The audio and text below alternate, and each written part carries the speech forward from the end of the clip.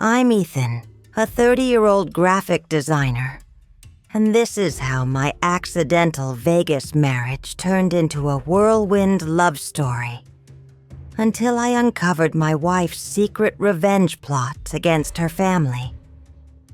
She thought she could play me like a pawn, but I flipped the board and walked away with the win. This is love, lies, and petty payback, served with a side of karma. I met Chloe at a design conference in Las Vegas last summer. She was a 28-year-old marketing strategist, all sharp wit and dazzling smiles, working for a rival firm. We hit it off over cocktails, bonding over bad client stories, and a shared love of cheesy rom-coms. One wild night, too many margaritas, and a dare later, we stumbled into a 24-hour chapel and got married by an Elvis impersonator. We laughed it off, planning to annul it, but something clicked. Chloe's charm, her quirky laugh. It felt real. We decided to give it a shot, long distance, with me in Seattle and her in San Francisco. For 6 months, it was magic. Daily texts, weekend visits, and talks of a future together. Chloe moved to Seattle, and we got a cozy apartment. I was falling hard, thinking she was too. She'd cook me breakfast, leave sweet notes, and talk about our dreams. But there were red flags I ignored. Her cagey answers about her family, her obsession with her sister's social media, and odd late-night calls she brushed off as work. I chalked it up to stress, until a bombshell at her family's annual gala blew it all apart. Chloe's family, the Warrens, were old-money San Francisco elites, owning a chain of luxury hotels. She'd hinted at a falling out but never shared details. I pieced it together later. Her parents and sister, Vanessa, had cut her off 5 years ago after Chloe refused to join the family business, choosing marketing instead. They called her a disgrace, froze her trust fund, and Vanessa, the golden child, spread lies that Chloe was a gold digger.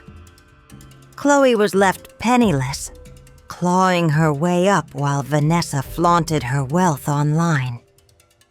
The Vegas marriage? Not as accidental as I thought.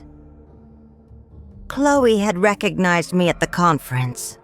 My firm had just landed a contract to rebrand her family's hotels. She saw me as a ticket to infiltrate their world. The drunk wedding was her idea, and she played the romance card to keep me hooked, planning to use my access to the Warren account to humiliate her family. The love notes, the breakfasts, all part of her act. I was her unwitting pawn in a revenge scheme, and I didn't suspect a thing until the gala. The Warrens invited us to their gala, a glitzy affair at their flagship hotel. Chloe insisted we attend, saying she wanted to make peace.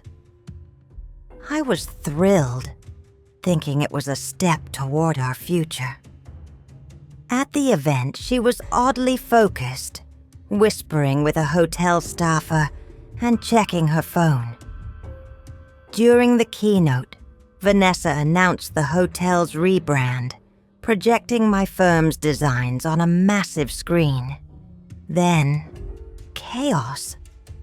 The slides glitched, replaced by a montage of Vanessa's old emails, vicious messages calling Chloe a failure and plotting to cut her off. The crowd gasped as audio played, Vanessa bragging about sabotaging Chloe's career. Chloe stood up, fake tears in her eyes, and said, "This is why I left."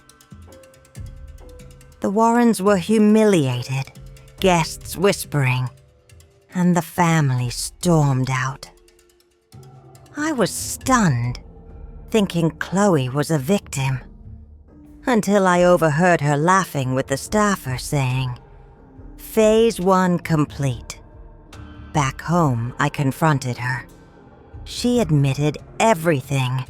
She'd orchestrated the marriage to get close to my firm, hacked the gala presentation using my laptop's access, and never loved me. The romance was a lie to hurt her family. My heart broke, but I'm a designer. I know how to redraw a bad draft. I wasn't letting her win. I played dumb, acting like I forgave Chloe. Meanwhile, I contacted my firm's legal team.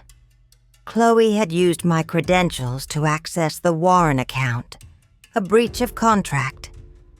I also found her staffer was a hacker she'd hired, leaving a digital trail.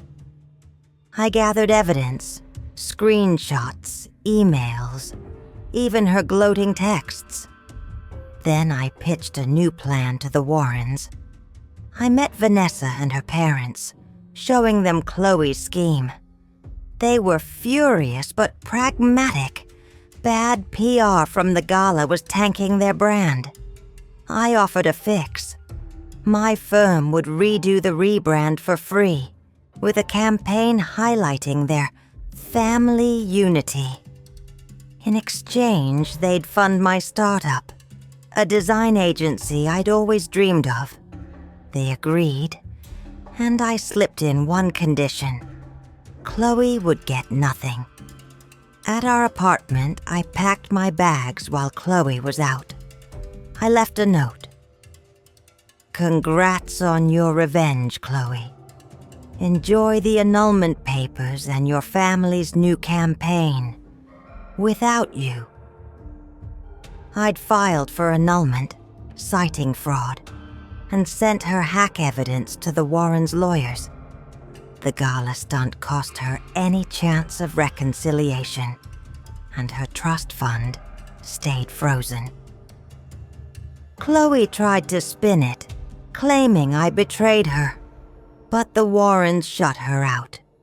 Her marketing career stalled when word of her hack spread. Last I heard, she's freelancing for small gigs, far from the elite circles she craved. The Warrens' rebrand was a hit, and my startup launched with a $500,000 investment. I'm single, thriving, and designing my own future. Sophie, my best friend, calls it the Vegas glow-up. I learned love can blind you, but revenge? It sharpens your focus. Chloe thought she'd played me, but I rewrote the ending. Karma's got a killer logo. TLDR. Accidentally married a woman who faked love to use me for revenge against her family.